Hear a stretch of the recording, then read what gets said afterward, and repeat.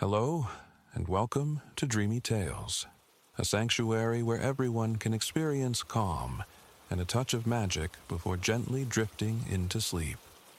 Tonight, we invite you on another enchanting journey, a story that helps soothe the mind and nurture a sense of peace.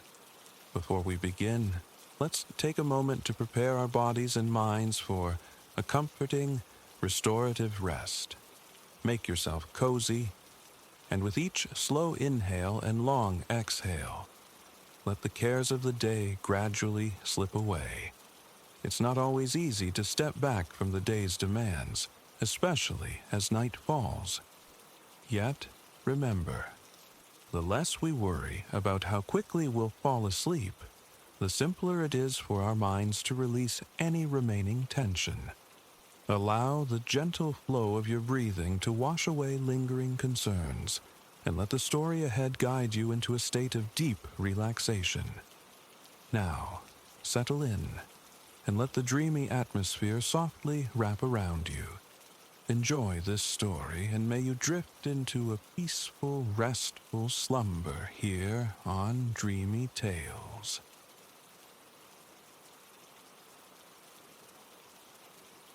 Within the embrace of Oakhaven Village, nestled beside an ancient olive grove whose trees whispered forgotten histories, stood the humble, single-room cottage that was Alara's world. Here she lived, cocooned by the quiet love of her parents. Alara possessed a sculptor's soul, coaxing life from the gnarled olive wood she gathered nearby, her carvings imbued with a subtle grace. Her parents, too, were artisans in their fashion. Her mother coaxed warmth and life into fragrant, crusty loaves, while her father's fingers danced with reeds, birthing baskets of remarkable complexity.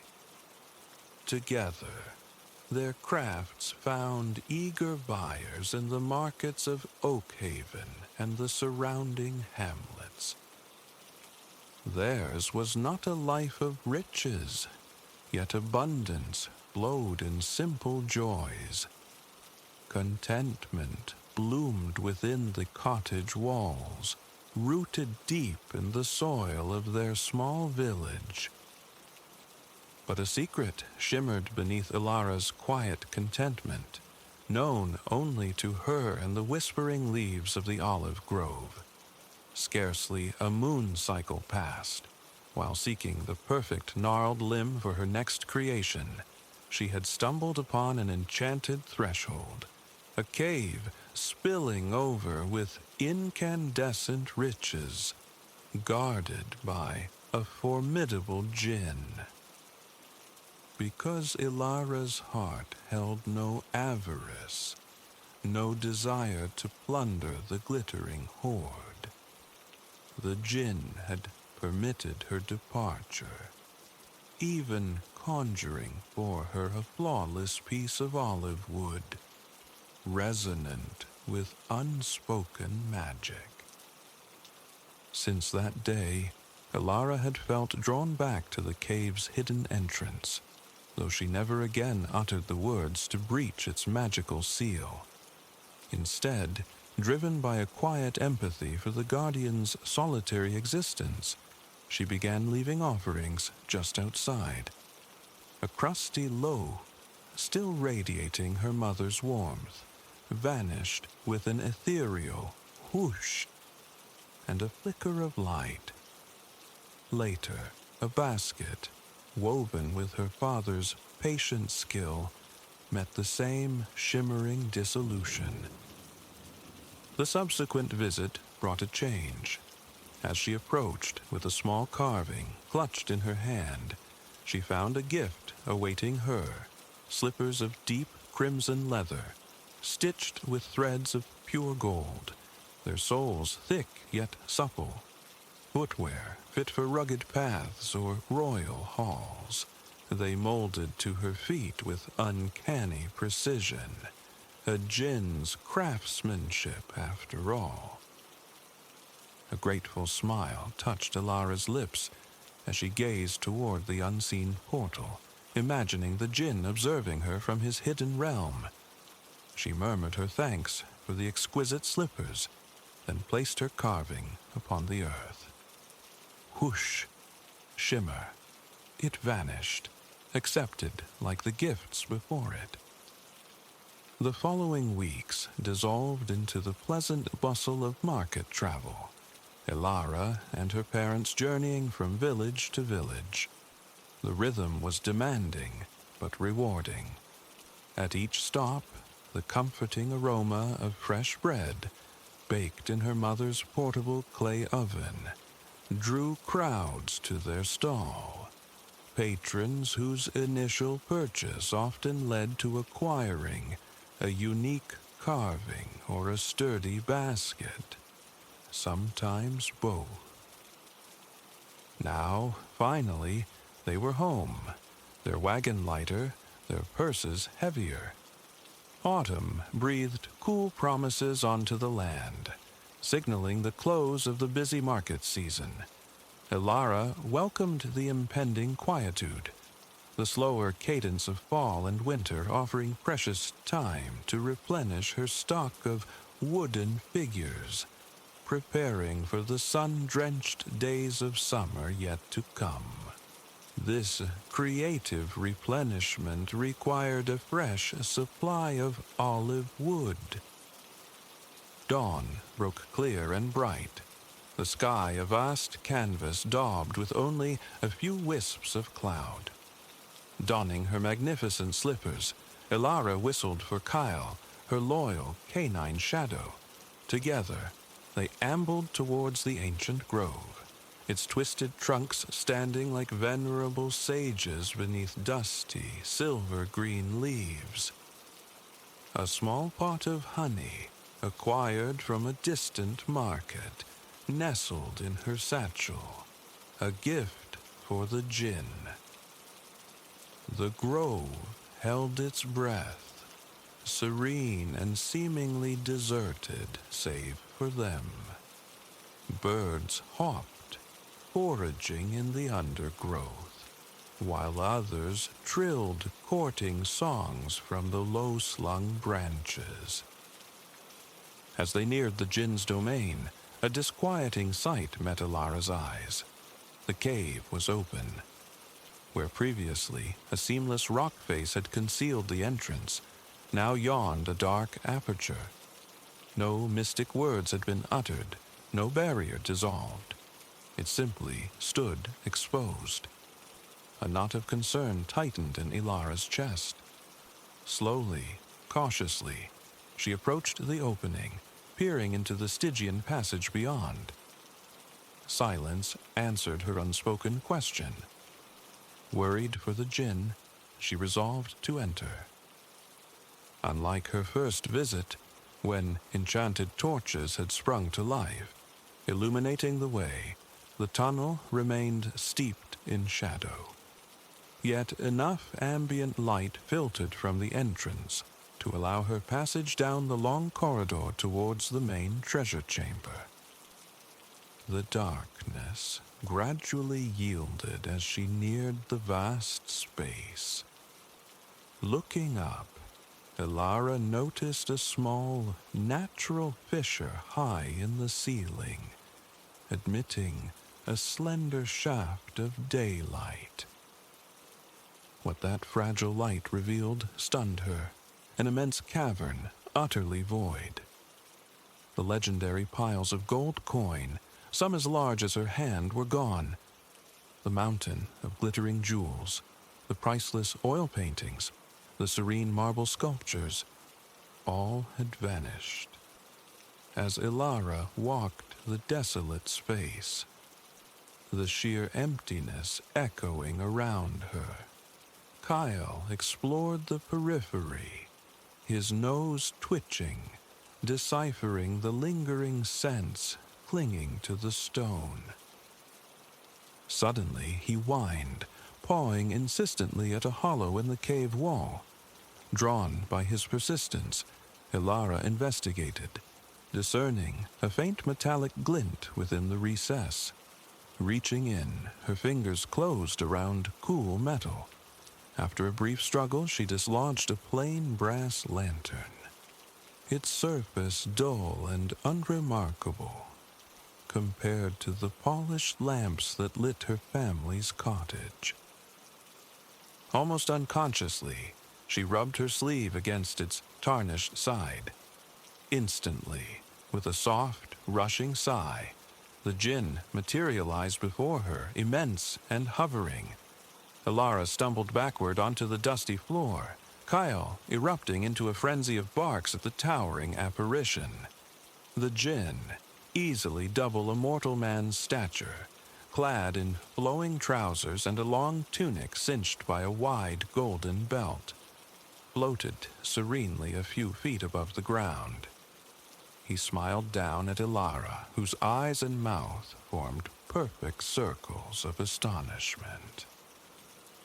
Kyle's barking persisted until the djinn glanced his way. With a casual snap of his fingers, a large, meaty bone appeared, tossed gently towards the dog.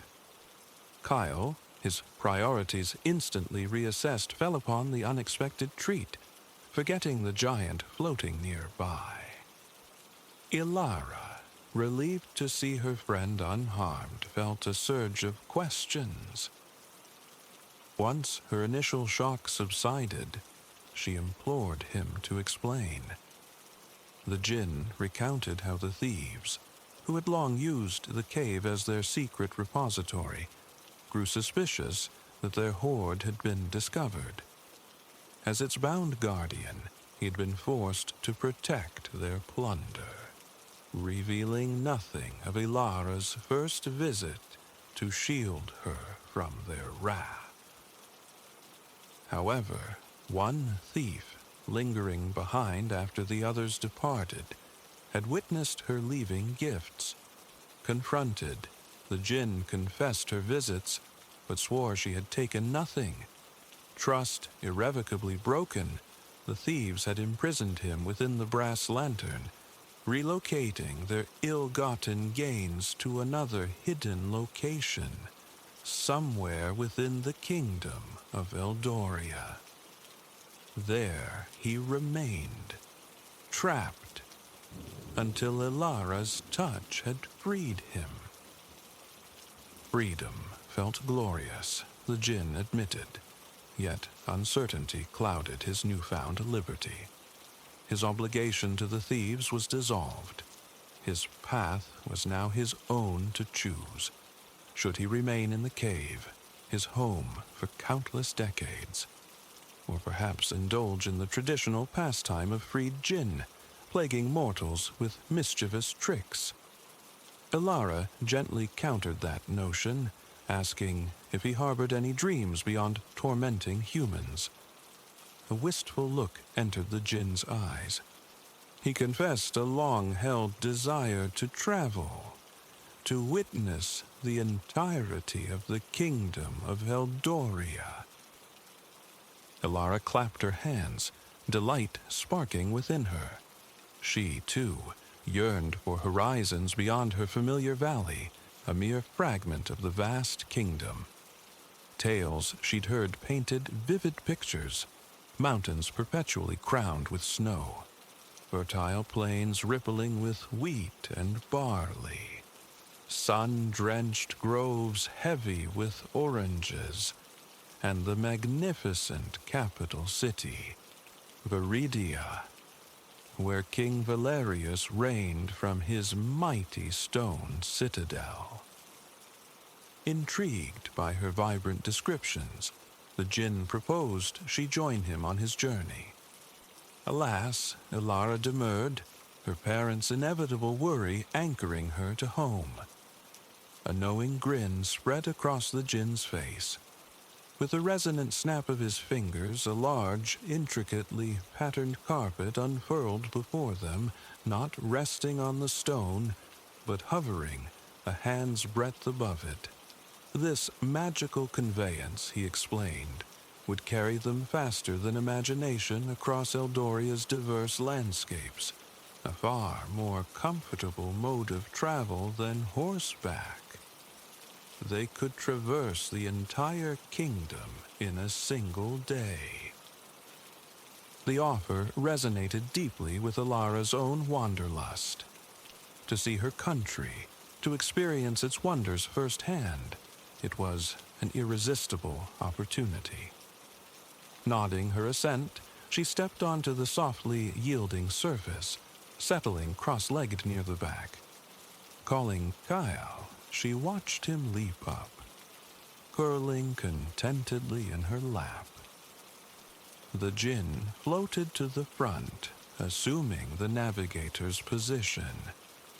To the mountain villages, he commanded the carpet softly.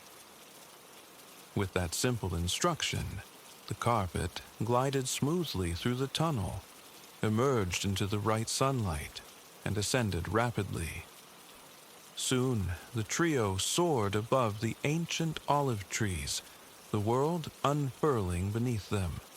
They passed over Oakhaven, her family's cottage a tiny, cherished speck below.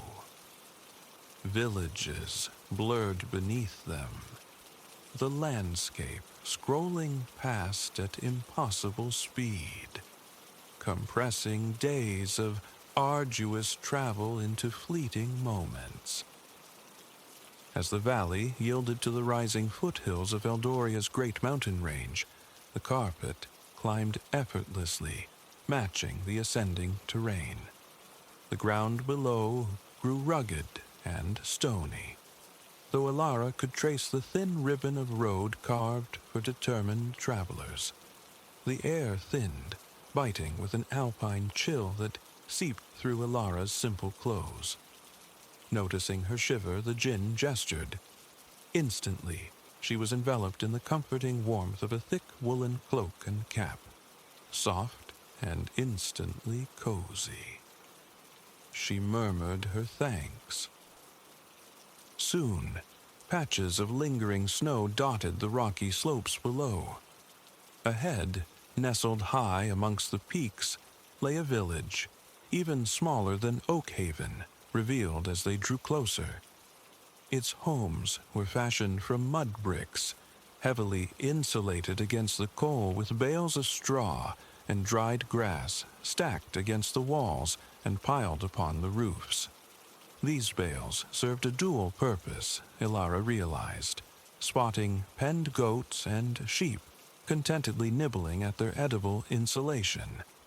Thin tendrils of smoke curled from tiny stovepipes piercing each roof, testament to the wood fires warming the inhabitants within. An air of midday quietude hung over the settlement. Its people were likely indoors, sharing their meals. The djinn guided the carpet to a gentle landing just beyond the village perimeter, ensuring their arrival went unnoticed. Another snap of his fingers, and the carpet vanished. Simultaneously, the djinn altered his form, shrinking from his imposing stature to that of a kindly, middle-aged man who walked upon the earth, though still clad in his distinctive trousers, tunic, and golden belt. Their purpose here wasn't social interaction, however. Alara craved the raw, untamed beauty of this place she had only dreamed of. With Cole trotting faithfully beside them, she and the disguised djinn followed a path leading further uphill, away from the quiet village.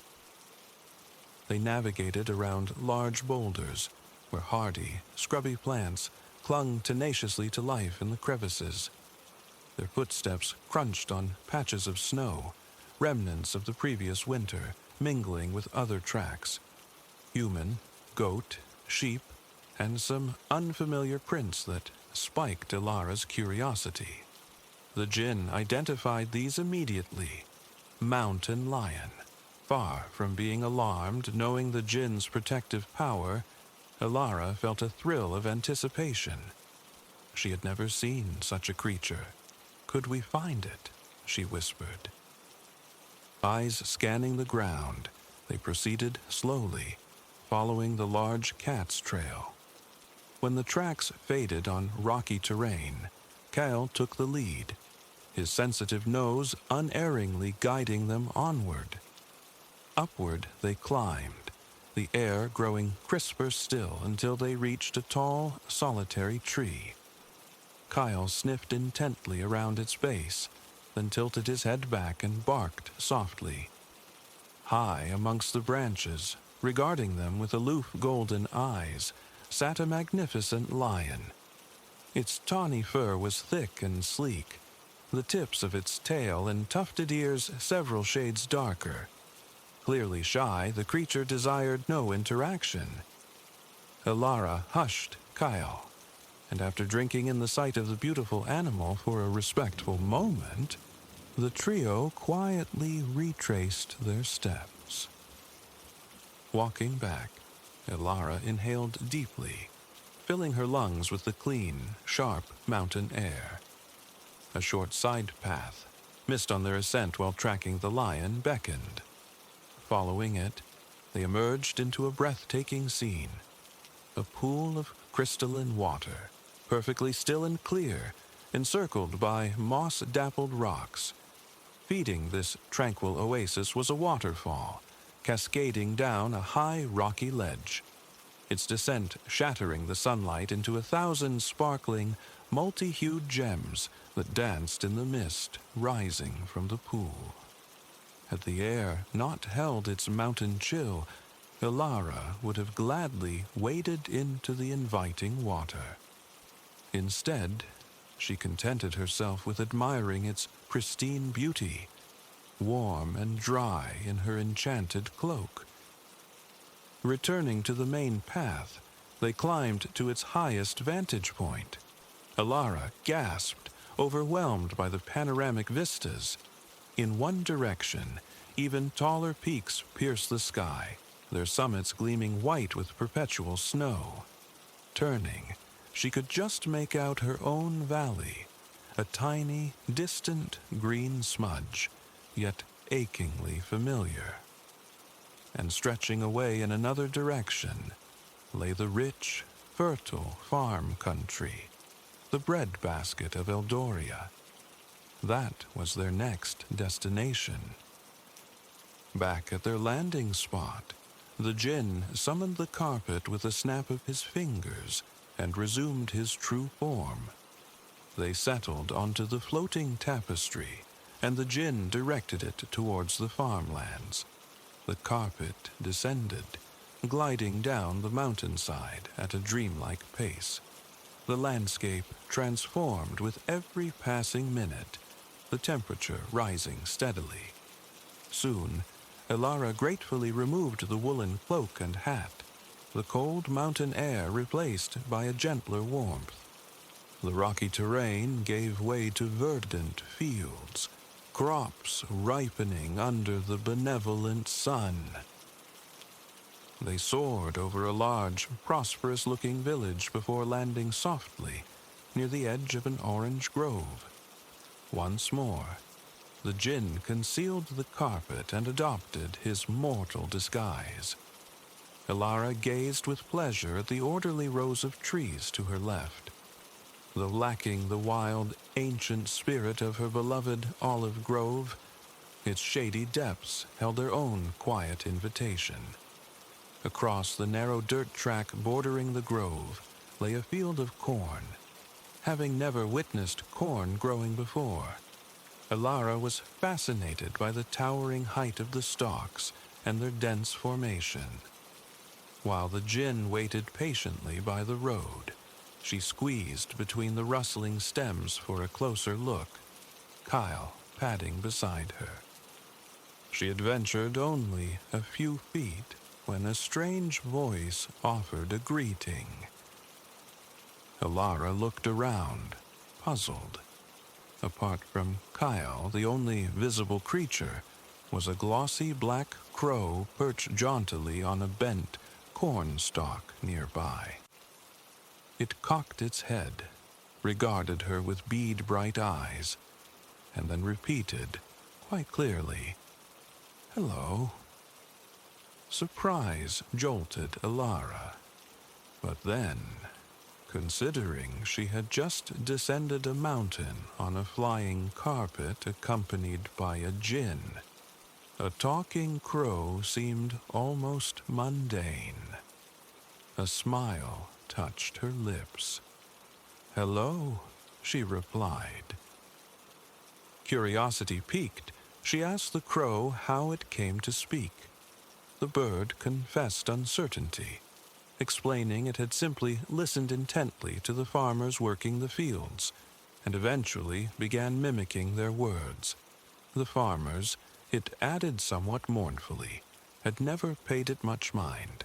Elara was the first person ever to respond. The crow mentioned it resided in the adjacent orange grove, visiting the field daily for corn. Elara asked if it would show them its home. With a flap of glossy wings, the crow launched itself across the path, heading into the shady haven of the trees. Elara and Kale followed at a more terrestrial pace, soon joined by the djinn. They found the crow perched on a low-hanging branch near the grove's heart. A peaceful quiet reigned amongst the trees, the sunlight filtering softly through the leaves, stirred by a gentle breeze.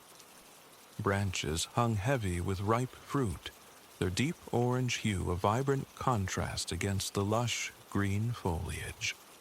As Elara absorbed the tranquil beauty, a young farmer appeared, pushing a wooden wheelbarrow half filled with fragrant oranges. He offered a friendly greeting to Elara and the disguised djinn, asking if they required directions. Elara explained they were merely visitors, admiring the beauty of his grove. Pleased, the farmer welcomed them to explore further, inviting them to pick a few oranges for their journey. Mindful not to impose, Elara selected only 2, thanking him for his generosity. Peeling the fruit as they strolled leisurely beneath the trees, they savored the juicy segments one by one, the quiet punctuated only by the rustle of leaves and the crow's occasional harmless gossip as it flitted from branch to branch, keeping them company. Eventually, the lure of the capital city beckoned. The djinn snapped his fingers, recalling the carpet, and the trio climbed aboard. Waving farewell to their avian companion, the djinn directed the carpet towards Viridia. Gaining altitude swiftly, the fertile farmland transformed into a vibrant patchwork quilt below. Soon, the rural landscape yielded to denser settlements, signaling their approach to the outskirts of Viridia. The djinn guided the carpet to land discreetly within a small copse of trees, near enough to the city gates for convenience, but sufficiently removed to avoid unwanted attention. Concealing the carpet and resuming his disguise, he joined Elara and Kale as they walked towards the capital. It was market day in Viridia, and the city pulsed with vibrant energy. Shops and inns overflowed, while the wide avenues thronged with makeshift stalls and simple wagons offering everything imaginable, from fruit and bread to candles and clothing. Smooth cobblestones paved the streets, and the tidy storefronts were constructed from large, precisely cut stones. Cheerful flower boxes adorned many windowsills, splashing color against the cool gray stone. While the market bustled with fascinating activity, Elara had witnessed many markets in her travels. Her true desire lay elsewhere. They navigated the crowded thoroughfares, heading steadily uphill towards the residence of King Valerius. The castle, too, was built of stone, but of a unique granite quarried far to the south. Its distinctive, beautiful green hue made the structure stand out, a majestic emerald heart within the city. As they neared the castle approach, an elderly man walking just ahead of them tripped on a loose cobblestone and stumbled. Without hesitation, Ilara rushed forward, offering a steadying arm. The man smiled warmly at her kindness, assuring her it wasn't necessary. His home was directly before them. He gestured towards the castle gates, from which several guards now emerged, hurrying towards them with expressions of concern. The old man, Ilara realized with a jolt, was King Valerius himself. The king explained, his eyes twinkling, that he enjoyed taking clandestine afternoon walks amongst his subjects, allowing him to gauge the pulse of his city directly. Charmed by Ilara's spontaneous aid, he invited her and her companions inside for tea, an offer they eagerly accepted. Flanked by the relieved guards, they passed through the grand entrance into a vast reception hall. It was the largest room Ilara had ever encountered, its walls lined with chairs, intricate hand-woven carpets softening the green stone floor, and dominated by a single imposing throne, also carved from the green stone, elevated slightly above the hall. But King Valerius didn't linger there. Turning right, he led them through an unassuming door, down a short corridor, and into a much smaller, more intimate chamber. This cozy room featured plush chairs arranged companionably, tapestries warming the walls, and a gleaming brass tray laden with tea and cakes.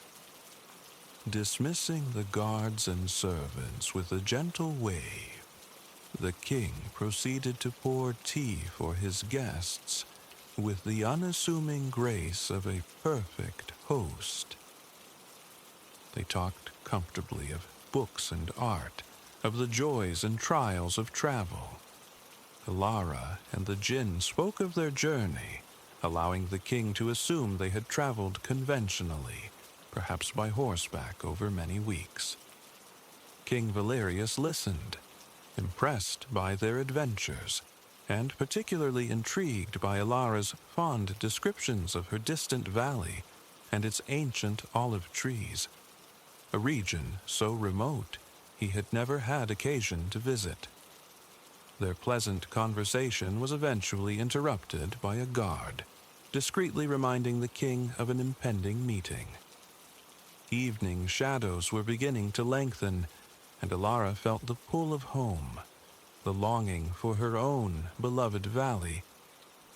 They expressed their gratitude to the kind king and, escorted by a guard, made their way back outside. The trio walked back towards the city gates through the market, now winding down for the day.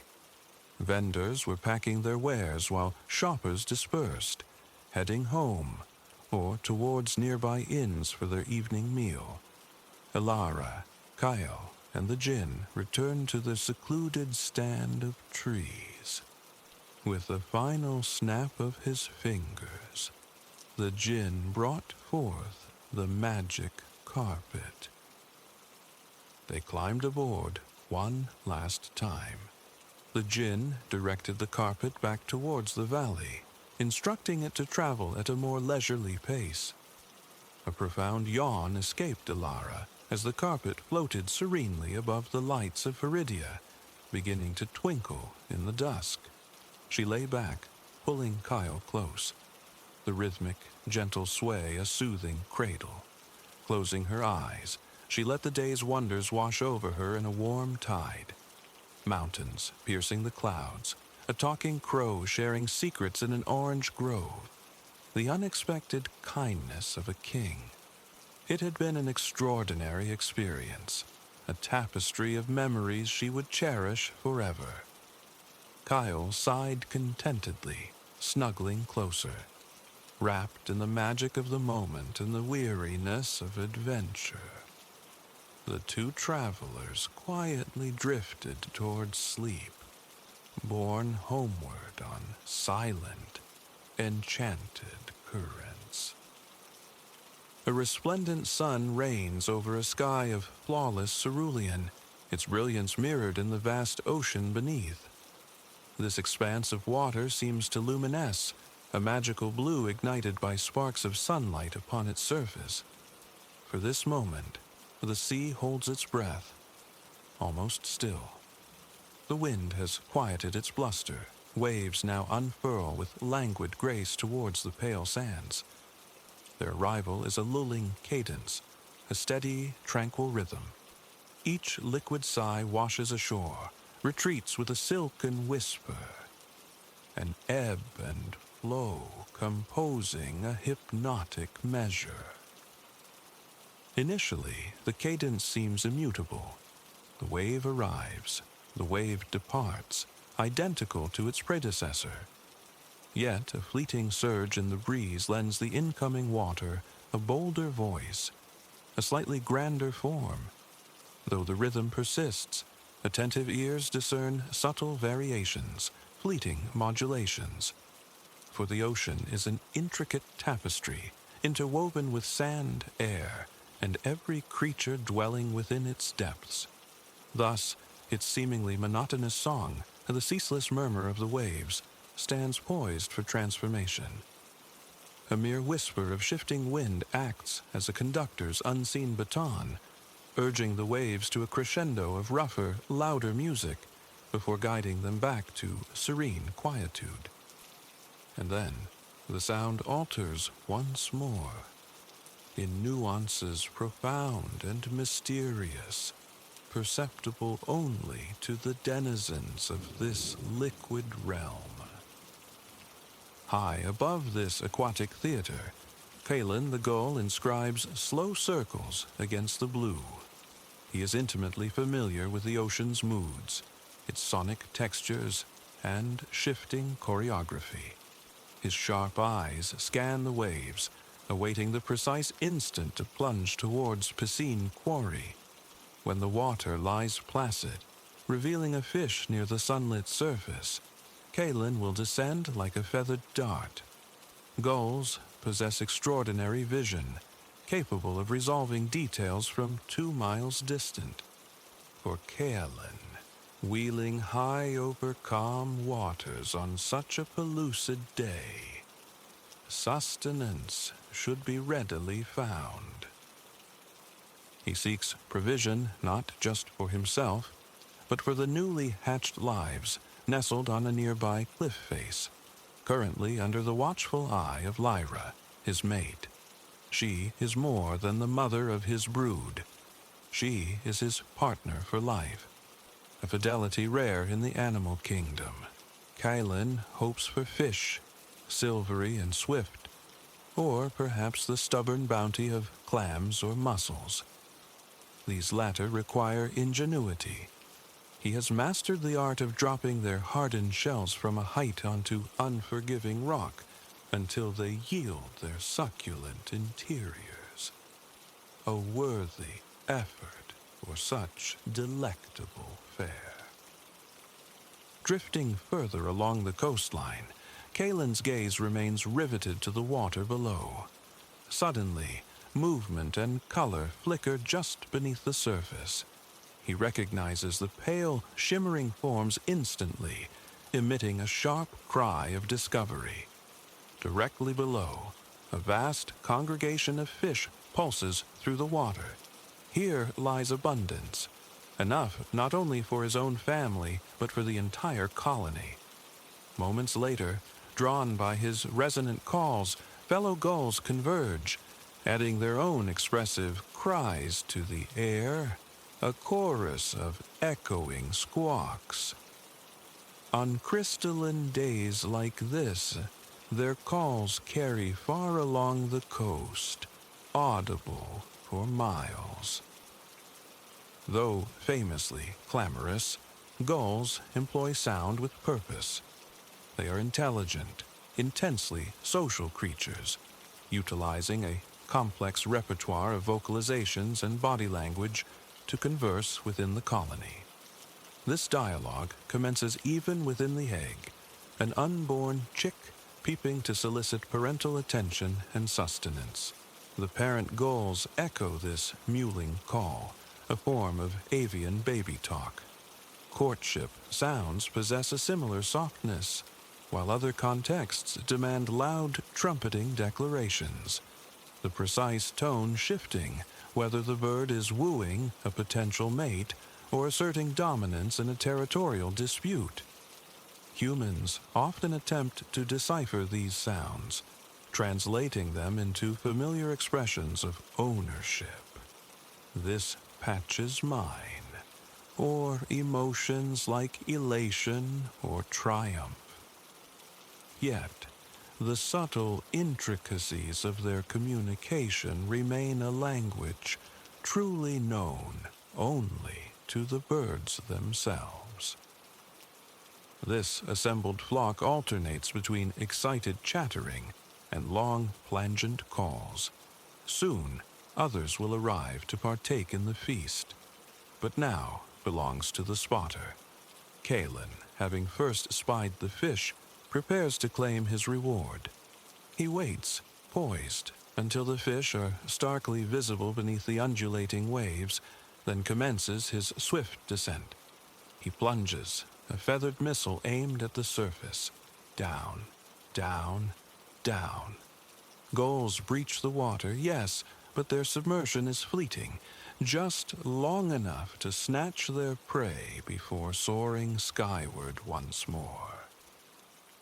This brevity is fortunate for the fish navigating deeper currents. Down here, tranquility reigns. Fish glide with unhurried grace, some scarcely seeming to move, surrendering to the gentle sway of the water, rocking softly back and forth. Venturing further into the sun-dappled shallows, a majestic coral reef materializes. Sunlight streams through the aqueous medium, casting shimmering, transient patterns upon the intricate architecture. Tiny, iridescent gobies dart amidst the vast, golden structures, ephemeral flashes of light. Larger fish, adorned in brilliant hues, drift past with tranquil solemnity, their movements akin to slow motion. The reef dwellers exhibit every shade imaginable, from fiery orange to electric blue. As they navigate the coral labyrinth, some glide in silence, while others emit hushed, subtle noises. Certain fish release bubbles, tiny spheres ascending with soft, popping sounds. Others ripple through the water, their supple bodies generating delicate swishes with flicks of their tails. These are quiet, incidental sounds, vastly different from the constant, purposeful clamor of the gulls above. At first glance, each fish seems encased in its own silent bubble, oblivious to its neighbors. One might glide past another, separated by less than a fin's breadth, yet both appear utterly unaware, like focused commuters navigating a rush hour, intent only on their destinations. But this apparent indifference belies a deeper reality. Fish communicate through manifold, often unseen methods. Silent dialogues unfold through electrical impulses or the subtle release of pheromones. Light and color serve as signals during courtship. Some fish flash bioluminescent lights or shift their pigmentation to brighter or darker shades. For collective harmony, body language is paramount. Fish respond instinctively to specific gestures, while schooling, reacting instantaneously to each other's movements. This rapid synchrony allows vast shoals to travel safely and locate food efficiently. Yet, for the majority of sea creatures, the most prevalent medium of communication is sound, which propagates even more swiftly underwater than through air. A bustling coral reef, teeming with life, resonates with sound as much as it dazzles with color. A fish of startling blue circles the reef, emitting a soft, purring vibration. This male seeks a mate, hoping his insistent call will capture the attention of nearby females. He repeats the sequence of low vibrations again and again, swimming purposefully over the coral landscape. These sounds originate from his swim bladder. The organ contracts and vibrates, producing the low buzz. Other fish generate sound by grinding pharyngeal teeth or snapping their jaws shut. Herring possess an even more unconventional method, communicating through high-frequency gas emissions. It may seem peculiar, yet this flatulent signaling apparently allows herring shoals to locate and cohere during the darkness of night. Fish perceive sound differently than humans. They detect vibrations via their inner ears, discerning mating calls, warnings, or myriad other messages from their kin. A dominant anemone fish, for instance, opens and closes her jaw to produce chirping, popping sounds, broadcasting her authority to the group. Some denizens of the deep croak in baritone, serenading potential mates swimming kilometers away. The meanings of other aquatic sounds remain obscure.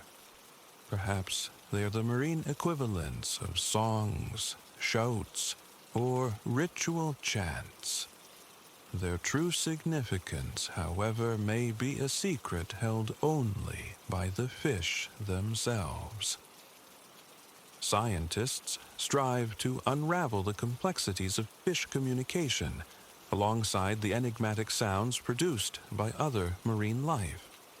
Plans are underway to create a comprehensive virtual catalog, the Global Library of Underwater Biological Sounds, or GLUBS, to help monitor the ocean's acoustic landscape, from humming fish to squeaking manatees. Perhaps some fish even communicate with glubs, alongside their purrs and croaks. Countless intriguing sounds surely await discovery within the vast ocean depths. Beyond the reef, further from the shore, another lively conversation unfolds. Two bottlenose dolphins, Coralia and her daughter Echo, exchange effervescent clicks and whistles as they slice through the luminous water. This mother-daughter pair explores the ocean together, hunting for fish. Like their prey, dolphins employ diverse communication strategies. Tail slaps or forceful exhalations through their blowholes often serve as warnings, while synchronized movements convey solidarity. They can also send messages through strategically released bubble clouds and breathtaking aerial acrobatics. And then, of course, there are the sounds. Coralia and Echo maintain constant, noisy contact, expressing themselves through high-pitched whistles. They can identify each other from afar by sound alone. Each bottlenose dolphin possesses a unique signature whistle. A mother dolphin vocalizes this specific whistle repeatedly during pregnancy, effectively teaching the melody to her unborn calf. The calf, Echo in this instance, then spends her first year refining her own personal call, influenced by the whistles of the adults in her pod. Once established, this unique acoustic signature serves as her identifier for life, used to share information or express herself during social interactions. As the pair spirals downwards, Coralia emits her signature whistle, a long, vibrating squeak that resonates through the water. Echo responds, not with her own developing call, but with a perfect imitation of her mother's. This affectionate mimicry, rare in the natural world, speaks volumes about the unique, profound bonds within dolphin families. The connection between mother and calf is particularly intense and enduring. Echo will remain by Coralia's side for several more years, learning the arts of hunting and survival. Even after achieving independence, she will remain within the pod, periodically returning to swim alongside her mother. For now, however, the two are inseparable. They venture deeper, whistling lovingly to one another, entwined in a graceful submerged ballet. Then, having reached the desired depth, they turn back towards the light. It is time to rejoin their pod, their extended family. As Coralia and her calf ascend, their joyful clicks gradually diminish, fading into the deeper quietude, imperceptible to the creatures dwelling far below. It is quiet here, yet not utterly silent. A new sound emerges, a melodic moaning that swells in volume, slow and resonant. This is the song of a humpback whale. The adult male swims in peaceful solitude, his immense form gliding through the water. As he travels, he performs spectral vocalizations, complex sequences often lasting 20 minutes or more. It is a low, ethereal sound, capable of traversing hundreds of miles through the ocean's expanse. The beauty of the sound is captivating in itself. But the enigmatic nature of the whale's song renders it even more fascinating. Scientists remain uncertain about the precise reasons humpback whales sing, or why they construct such lengthy, intricate sonic structures. The song often comprises multiple distinct sections, or phrases, featuring variations in frequency and volume. These elaborate patterns are repeated cyclically, sometimes continuing for days on end.